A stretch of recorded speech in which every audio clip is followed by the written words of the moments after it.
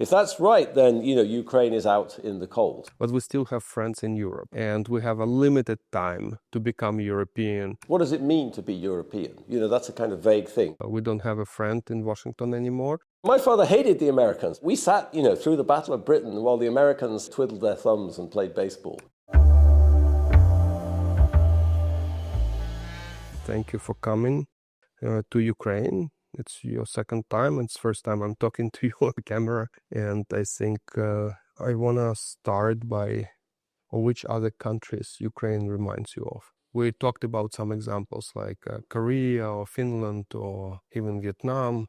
Yeah, I think, when I was here before, we talked a lot about, Maidan and the kind of attempt to create a democratic kind of European Ukraine and the institutional reforms, that my research suggests, need to happen, and how can you make them happen, and what's the politics of that? And I think, the war obviously has sort of put a lot of things into suspended animation, is the term I was using, meaning, the war, the focus on survival and, which has been sort of remarkable, like I think if anyone had explained to you what was going to happen, they'd say Ukraine wouldn't exist anymore.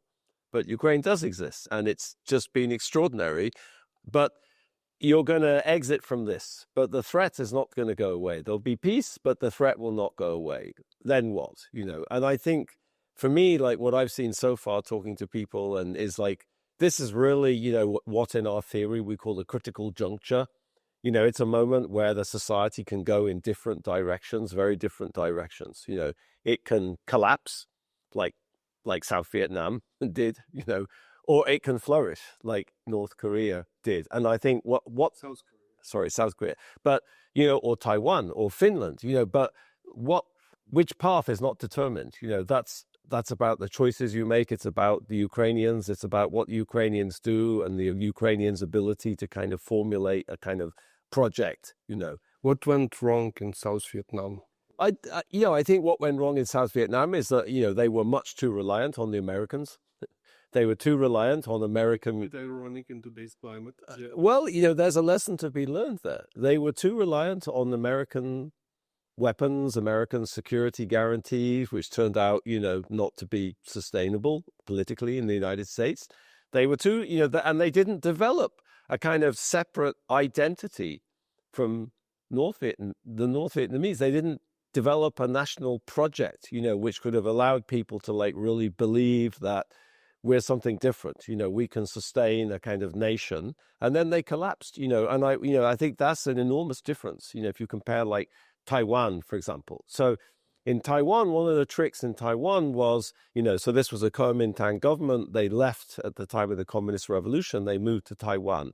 So Mao Zedong took over and the communists. What did they do in Taiwan? They said, we have to be different from the communists. So they reinstated this sort of Confucian philosophy. They kind of emphasized very much the traditional Chinese philosophy to distinguish themselves from the communists. The communists were destroying ancestral temples and, lineage temples and sort of traditional Chinese religious shrines and things like that. You go to Taipei, they're everywhere, religious shrines. They found a kind of axis in Chinese culture to really emphasize, why we're different in Taiwan and why we're not like the communists. And that's very important. They never did that they could never do that in South Vietnam. Of course, Finland, the Finns are very different from the Russians, totally different language. I mean, Finnish is not even an Indo-European language, it's really distinct. And but that culture had to be created in Taiwan, no? I mean, the Ukrainians are far more distinct from the Russians than the Taiwanese are from the Chinese. I mean, there are some indigenous people in Formosa and whatever, but most people in Taiwan now are the descendants of Chinese people who fled in the 1940s. One of the arguments in this was the foreign aid is critical. And everyone, the examples of success, although right now you just mentioned South Vietnam, which is an example where you said they failed to create an identity and they relied too much on external support. So I want to talk about these two aspects. One belief is that it is very important to have the US support, or at least a strong European support, that Ukraine cannot sustain itself without the US support, or at least without European support. And I think we had a conversation where you gave counterexamples who said, in fact, it's the stop of aid to South Korea that helped. How does it work? How does withdrawing aid help? Well, I think, countries? I think if you look at South Korea in the 1950s, when Syngman Rhee was the president, it was extremely corrupt. In fact, I always give, when I teach in Bogota in Colombia, I put these slides up and I start talking about South Korea in the 1950s, and all the Colombians think I'm talking about Colombia. It's like corruption, there's corruption in procurement, there's all these monopolies, there's businessmen bribing, like, it sounds like Colombia. And then I tell them, no, actually, this is South Korea, in 1960.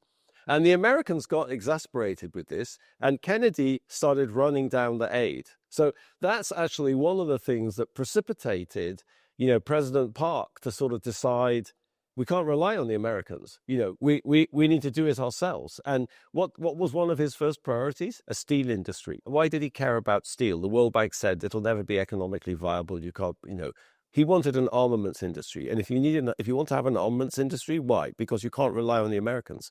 You have to have a steel industry as an input into the armaments industry. So I think that's exactly, it was the running down of aid that convinced the South Koreans that we have to do this on our own.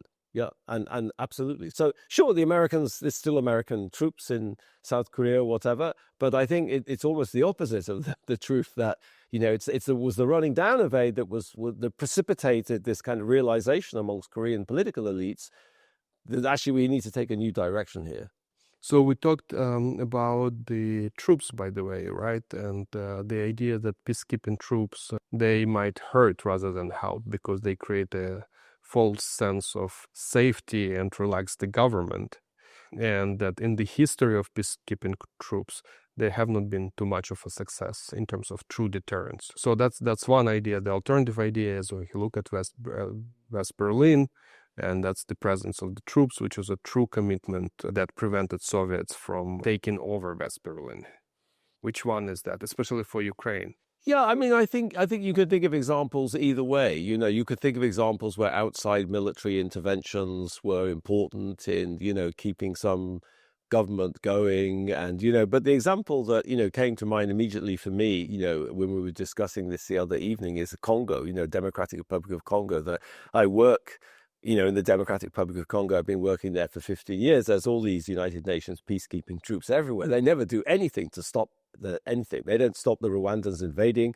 They don't stop these guerrilla groups like taking Bukavu and Goma, which are the two biggest cities in the eastern Congo. What they do is they allow their president in Kinshasa, in the west of the Congo, to pretend that everything's fine because the peacekeepers are dealing with it and we don't have a security problem in the east.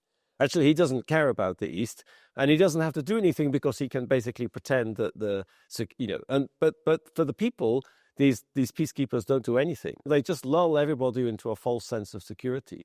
So I think like most of the examples I've seen close up are very counterproductive, and I'm sure in the case of South Vietnam, the presence of, enormous numbers of US soldiers basically kind of gave the political elites the thought that, well, we're fine. We have all these Americans protecting us. And then suddenly the Americans left, and they were on their own and they didn't have the resources or capacity to do anything.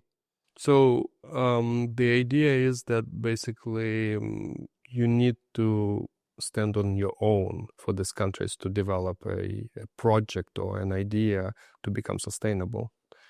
And we talked a little bit about what a project for Ukraine might be. Do you see a project, a national project in Ukraine currently, or in your 2.5 days here?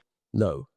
Okay, there is no project in Ukraine. I think there's people talking about it, but I don't see it yet. I think that's sort of natural. I mean, everything is about the war. And, sometimes you can only have one priority. Maybe you can have 3 maximum, but in this circumstance, it makes sense, to have this one priority. But you could prepare, you can prepare. But what about being a European nation? Does it feel like it's a project in Ukraine? Some people say that basically we have two gravity forces. One is resist Russians. And this is a national project since 2014 at least. And the other one also since 2014 to become Europeans, a part of European Union. Yes. But that's more of a Is it too vague to your sense, in your sense, or how does it? I don't think it's vague. I don't think I mean, I think that's a great project. I don't think it's vague because, being European is sort of institutionalized by the European Union, So nowadays there's some things that you have to kind of commit to become a European. And so there's a goalpost, which is helpful, I think, in a case like Ukraine. There's steps you have to take, and there's people who help you on that road, kind of explain. And there's models also. There's role models, like how did the Poles do that? How did the Bulgarians do that? Why couldn't the Serbians do it? And so I think there's lots of lessons to be learned from very recent experience of like how you go down that road, also. So I think that's absolutely an aspiration, but I think you have to figure out, like, practically how to get there. What levers do you have, and what to prioritize on that road, and how to get everyone to buy into that. Get it. So that's the sense is that it's not crisp enough in terms of the path, and there's no general buy-in. Yeah. What does it mean to be European? That's a kind of vague thing, but like, what does it mean concretely in terms of people's lives in this country? Yes. Okay, so you also, during your talks and lectures here, you talked about the changing U.S. administration, and that we don't have a friend in Washington anymore, but we still have friends in Europe. And we have a limited time to become European, because Europeans might also turn into, with the similar ideological or social processes that are happening in the United States. They can happen in Europe, and we have to be a part of Europe before that happens. Yes, absolutely. Yes. I don't pretend to be omniscient, and there's different images of what's going on in the United States at the moment, but I'm pretty convinced that that there's a very high probability that the US has moved on to a very different path now. It's what I was calling like a post-liberal kind of societal order. I mean, because it's not just about politics, or it's anti-liberal in the political sphere, but it's anti-liberal in the economic sphere, the retreat from globalization, the retreat, and it's anti-liberal in the sort of the intellectual and the social sphere too. It's anti gay rights, it's anti all sorts of things, it's anti kind of personal freedoms in a liberal sense, and so it's anti-liberalism, intellectually. That's why there's this attack on universities.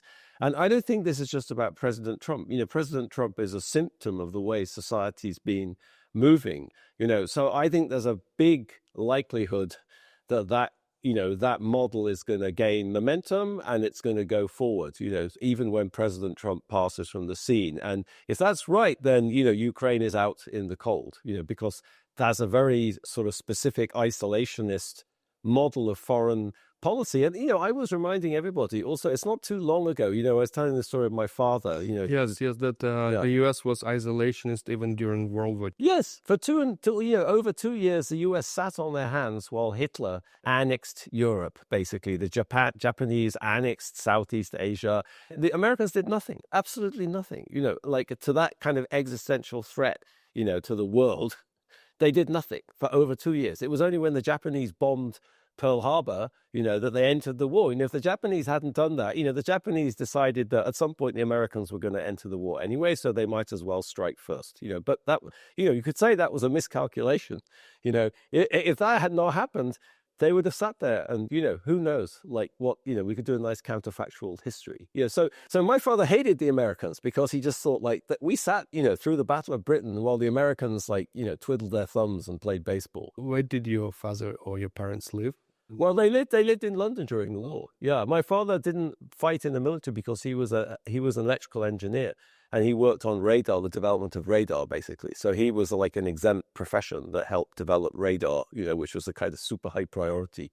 So he never fought in the army, but they lived in London. My mother was a teacher, and they used to they tell you all these amazing stories about the Battle of Britain when the Germans were bombing London, and you had then all these flying bombs, and you might resonate with Ukrainians. Yes, it does resonate. And a small country being at that time invaded or attacked by something big, with the US asking to pay back, that does resonate with Ukrainians. Absolutely, yes. Today. So do you think similar processes, political processes and ideological processes are at work in Europe, and Europe will eventually also turn the way the US has turned? I think it's I mean, the similar forces are definitely at work. In France with the National Front, in Italy, although this lady, turns out to be much more kind of moderate than people thought she was going to be, in Germany with this AfD party, so I think you see similar things everywhere, even in Sweden, for heaven's sake. But I think that, the sociological context is very different. One of the problems in America is, there's no social insurance. There's nothing helping these working class people who've been kind of cast adrift, by globalization, by, what they call the China shock in economics. In Europe, there's mechanisms of social insurance. You still have welfare states. People might not be as angry. I don't think they're as angry. Yes, absolutely. They're not as angry. Yeah. So talking about social anger, I want to touch on AI, on the different visions of the future of AI or robotics that we discussed, that some of the US tech entrepreneurs are basically thinking about AI taking over the production and firing people. And then, some of the physicists in this world think about that basically it's a new evolution, that AI will, take over. While we as economists think that people will resist that if it's going to go that way. And there will be a revolution against AI or against technology, or there will be reactionary forces against deep tech. What do you think will happen in the next 10, 20 years with the AI? Is it even relevant what's happening in the US, given the potential AI development? Well, I think that's so hard to think through. I mean, one thing is the AGI, like the sort of when the computers take over, the physicists, deeply believe in this artificial general intelligence. In fact, one of my Nobel laureates, the way he put it was, first there was pond slime. And then pond slime evolved into Homo sapiens, and, Homo sapiens are much more powerful and intelligent than pond slime. So we dominate pond slime. And then, Homo sapiens invented computers, and we kind of invented, something which will dominate and control us. And that's just evolution. And isn't it beautiful seeing evolution playing out, So yeah, but that's a kind of linear, predetermined or deterministic. Yeah, and no one can take any actions to stop it, and that, so I think that's not the way an economist would think. That's a kind of evolutionary. If it's going to be dangerous for us, or at least for substantive groups of society. Yes. And as long as we still control resources needed to develop AI, there'll be protests against that. Yeah, I think the AI, the analogy I was trying to make, is like AI is somehow like sort of capitalism, like capitalism is this vast kind of system, very decentralized, lots of people kind of making decisions sort of uncoordinated in markets. And what we know from that is that can create crises, it can create crashes, it can create bubbles, it can create, all sorts of, but it's also, creates a lot of good things at the same time, but it has to be controlled. It has to be moderated. In fact, Polanyi, the great sort of, I don't know what he was really, Polanyi. He was just like a Austrian intellectual, not sure he had a PhD, but Polanyi had this idea that the government sort of co-evolved with the market in the modern world, because markets were so kind of unstable and whatever that you needed something to kind of keep them under control, or like create some popular support for having a market economy. Otherwise people would just like get rid of it, so I think maybe we're at a moment like that, where actually when people start understanding like the transformative effect of AI on employment and on all sorts of things, they're going to demand something different, or there's going to be a different role for the state. Of course, that's dramatically different from the psychology or the ideology of people running the US government at the moment. They're all libertarians. What did Musk do when he took over Twitter? He fired 6,000 people. What did he do when he took over USAID? He fired all the people. He just thinks we can fire everyone and replace them by robots and machines. And, you can't fire voters. You can't fire voters, exactly. You can't fire voters, and they just don't. None of these computer people, these people, they don't think about the social consequences of this. It's absolutely extraordinary. Yeah. So I think we will see in the next 10 years what it will do. But in your book, with Daron, Why Nations Fail, you say, and I kind of tried to check, and appears to be true, not a single word of corruption, right? Has not been used once. We don't use the word corruption, yeah. Yes, and in Ukraine, corruption is, for many people, the main reason for why we are poor. If only people, stopped being corrupt, then we would be, in a very different society. And it's partly coming from the history, where the previous political elites, especially Yanukovych, prior to 2014, enriched themselves at ridiculous levels. So there's a lot of fight against corruption, but at the same time, corruption continues to be a feature, or there is a perception that corruption continues to be. There are scandals, in defense procurement, or in some allocation processes, but you never talk about it in your book. Yeah. So that's not a problem. Corruption. No, there's two reasons. Should I talk about both of them? Yeah, I think there's two reasons why we never talk about, Daron and I, we never talk about corruption. The first is a kind of more academic reason, which is that what I've noticed, or what we noticed, is that, economists use the word corruption to talk about politics, to avoid talking about politics, when they should be talking about politics. There's a problem with the government. Oh, it's corruption. No, it's not. It's politics. So it's a way of, it kind of allows them to fit politics into their paradigm in some sense, in a kind of comfortable way. And I don't want to fit into their paradigm in a comfortable way. I want to disrupt their way of thinking. So I think so that's the academic reason. I think the practical reason is, for us, corruption is a symptom of institutional problems, of institutional failure. The thing is to build the institutions, and then the corruption will disappear. But you don't, starting with the corruption is just completely wrong. It's a misdiagnosis of the problem. Yes, within temperature while there is fever or immune system. Exactly. Yeah, you can do that, and maybe it makes you feel a bit better, but it doesn't solve the real problem. So what's the real problem then? I think it's institutional problems. It's about the way the state works. It's about incentives within the state. It's about, the bureaucratization or the institutionalization of the state. And I think just very basic ways in which the institutions work, and, you don't solve those problems just by having an anti-corruption commission. I think that's what the evidence suggests. In your public lecture, you put a slide on governance indicators where Ukraine is somewhere close to Belarus and Turkmenistan and Kyrgyzstan, actually, I think. And it's really at the end of the distribution of the countries in Europe and around Russia. And, we debated a little bit whether it's perception or the reality, because it's kind of difficult to see how it is worse than Belarus, but still, it's what does that indicator even mean? What does it mean governance is poor?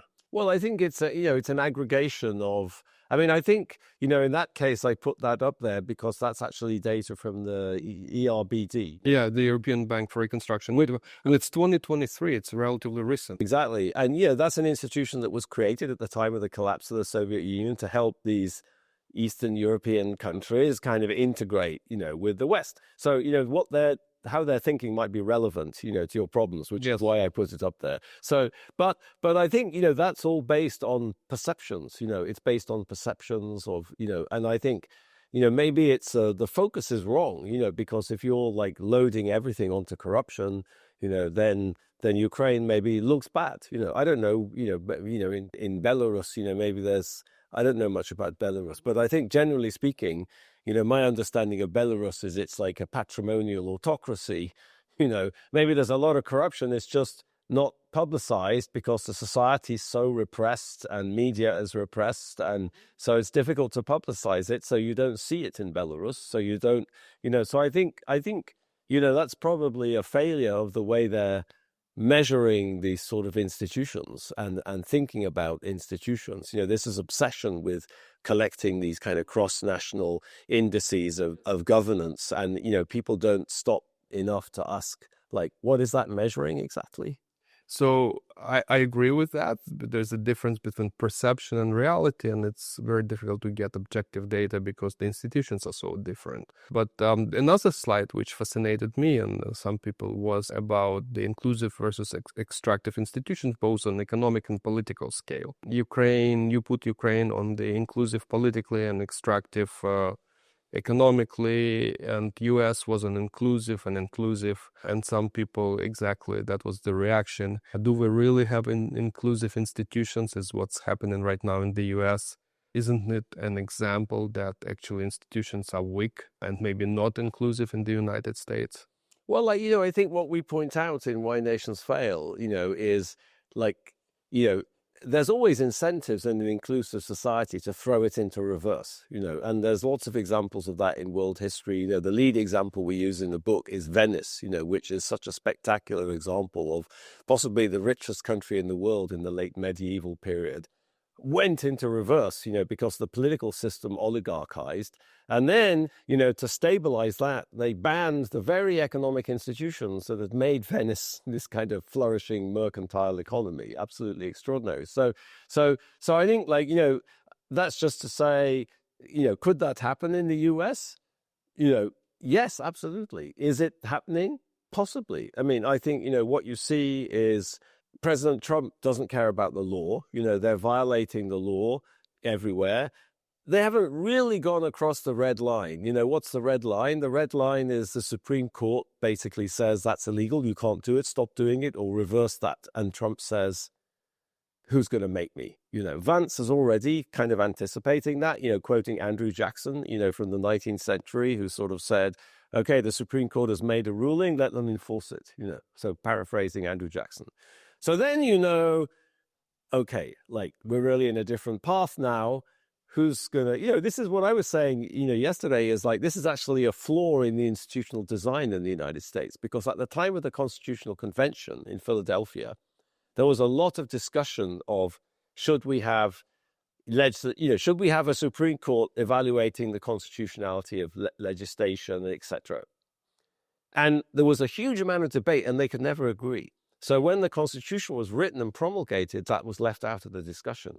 But everyone knew there'd been all this discussion. So in 1803, in this famous Marbury versus Madison case, the Supreme Court basically started doing it. It just did it, and it established the norm, which has never been kind of rewritten into the Constitution. It established the norm that the Supreme Court evaluates the constitutionality of, presidential actions and legislation and executive decrees and stuff. But because it wasn't in the Constitution, there was no enforcement mechanism, basically. Just because the Supreme Court started doing it and everyone let them do it. It established that norm.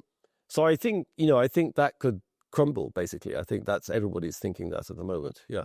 Interesting. We also talked about the power broker, about how you get things done and how the failures help you understand how to get things done.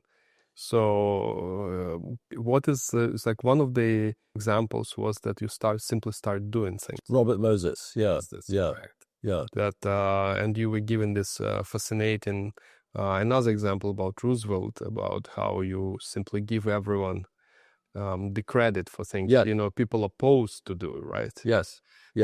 So what other techniques or methods could be used to get things?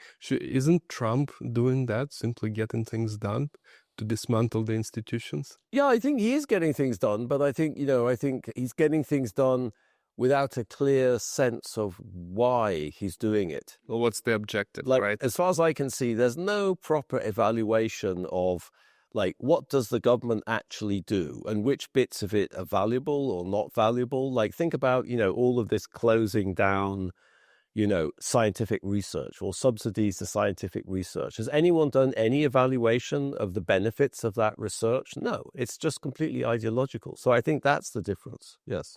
What's more important for success, failures or success? I think failures are nobody believes me when I start talking about this, but, and I think this is my own personal experience also, that failures are enormously important. I'll give you a very personal example. I haven't given you this example yet, which is, I think there's many examples in academia and life generally about how important failure is. So when I finished my PhD in 1992, I went on the job market. I couldn't get a job in the United States. I got a job in England. I didn't really like it. I didn't like at Cambridge. I just didn't fit in Cambridge. So, I'm a sort of, my parents are working class people from the north of England. And, I never applied to go to Cambridge. It's just, it's like a different world in England. So that just seemed too weird. I couldn't get a job in the United States, So what did I do? Like at the job conference, I met this friend of mine who was a fellow student at Yale, a few years ahead of me, who was Australian, and he went back to teach at the University of Melbourne. And he said, "How's it going?" And I said, "Terribly. I don't have a job." And he said, "Oh, we have a job in Melbourne, University of Melbourne. Why don't you apply? The chairman of the department is here. He can interview you." And I was like, "Okay, yeah." So I was going to say I emailed, but actually I didn't, because we didn't have email in those days. Like, so somehow I got in contact with this guy, at the job conference, and then we had this coffee and we had a sort of informal interview, and they offered me the job. And then I went to Australia, and I think, like, if I look at that now, it sort of allowed me to completely reinvent myself. Like I needed to reinvent myself. I knew that, I'd been sort of trained as a mathematical economist, and I just sort of decided that this just didn't explain anything I was interested in. And I had to figure out, like, from scratch, basically, how to study what I was interested in. But I needed a lot of space to do that. And going to Australia for 3 years and then going on the job market again gave me that space to completely reinvent myself. If I'd been in the United States as an assistant professor, I'd have just been writing papers and under all this pressure and stuff. And I think things would have turned out very differently. So that's exactly an example where a setback allows you to do something that otherwise you wouldn't do. And it applies to countries too? I think it does apply to countries too. I think it does apply to countries. I mean, I think, the Finnish example, if you took it seriously, is incredible. I had a student who's in Helsinki now, Matti Mitrunen, who did his dissertation on, in the 1930s, Finland was this very poor agrarian economy. What did they export? Timber. I mean, it was a very poor, backward place. What did Stalin force them to do? Stalin forced them to export all these industrial goods, which they'd never made before: ships and locomotions and trains and like lathes and all this sort of stuff. So the Finns were like pushed into, like, they were forced into basically making all of this stuff, And what he shows, is that this basically led to this dramatic kind of industrialization of the economy that persisted after the Soviets went away, So that must have been very hard and tough, I mean, they had to massively repress consumption, for example, to do that, to transfer 4% of GDP to the Soviets. They had to massively repress consumption, but they did it. The Finns did it because they realized this is what we have to do to stay independent, to create our own state. The Finns were an identity, for hundreds of years or maybe thousands of years, without a state. They never had a state. They just established that. So they fought. They knew that they had to fight and make sacrifices to achieve their statehood and their sovereignty, and they did. So this is related to our discussions about business and economic dynamism. Where does it come from? And whether the economic growth models, they explain much or not the existing economic models of growth. Where do you think the growth come from? Yeah, that's I'm not sure I understand the answer to that. I mean, what I see, I mean, I think there's heterogeneity there. I think if I look at Britain, for example, and I look at British economic history, I mean, things go kind of slower, because it was the leader. I don't think there was no kind of plan or sort of project in Britain. There were individual plans or individual projects or individual kind of entrepreneurs or whatever, and then it sort of gradually coalesces and builds, and but in some sense, that British model got because it was the first, it got kind of enshrined in economics as being the paradigmatic case. But actually, I think it's a fairly exceptional case if you look at these other cases. Most cases, Alexander Gerschenkron tried to say that in that very famous essay in the 1960s, economic backwardness in, I remember what the title is, Economic Backwardness in, I can't remember. But, he sort of points out that the British, there's lots of different paths, and the British path was somehow quite exceptional. And most other paths involved, some sort of collective organization, in a much kind of more dramatic way than the British had, by the government, or maybe not by the government, by the banks in the German case, by cartels or whatever. I think, like, what I understand at the moment is, just having... we know markets are important. We know markets are important for efficiently allocating resources, and markets are important for creating incentives and, generating information. And so we know markets are important. And, we know saving is important and investment is important and, entrepreneurship is important or whatever. What I found fascinating recently is going back to Arthur Lewis's famous, 1954 paper about which he won the Nobel Prize for, about economic development. At the end, he sort of says, what is it that drives economic development? It's like the emergence of entrepreneurs. And that's a sort of sociological phenomenon that we don't understand as economists. It's a very Schumpeterian view. Schumpeter had this idea of entrepreneurship. So where does that come from? Entrepreneurship, where does that sort of vision or that kind of drive or that ambition, And I think that's not something that markets on their own generate, honestly. That's the problem with the theory of economic growth. That can come from the government.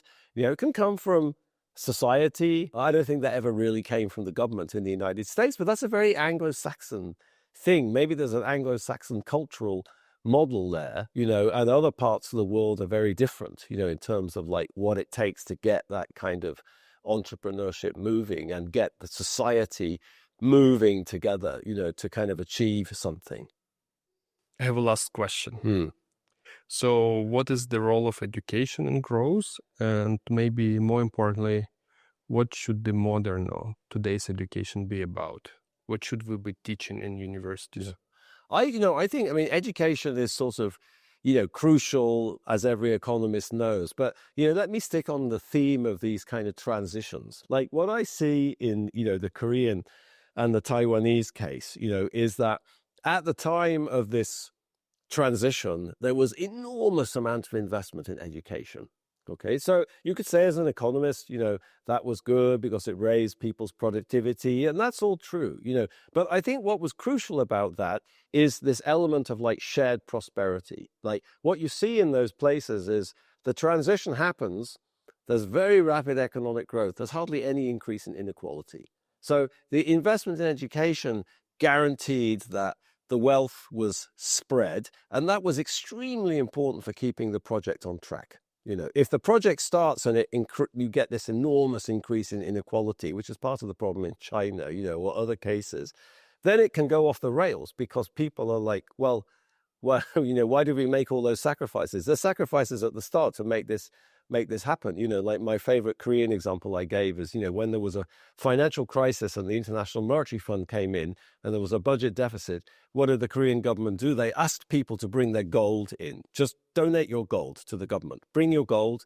And thousands and thousands of they raised millions of dollars and they paid off the IMF with the gold. That now, make that kind of sacrifices, you've got to believe that this project is really working for us, And I think that massive investment in education had a lot to do with that. So I think, if you're thinking about Ukraine and the decades ahead for Ukraine, this investment in education is going to be critical for exactly the same reason. If you come up with a project, that's got to be about shared growth. It's got to be about everyone in Ukraine benefiting. And I think what I see is this investment in education is a really vital part of making that happen. Well, thank you. And thank you for coming to KSE this time for the second time. And It's been fantastic. Yes. Thanks. My pleasure.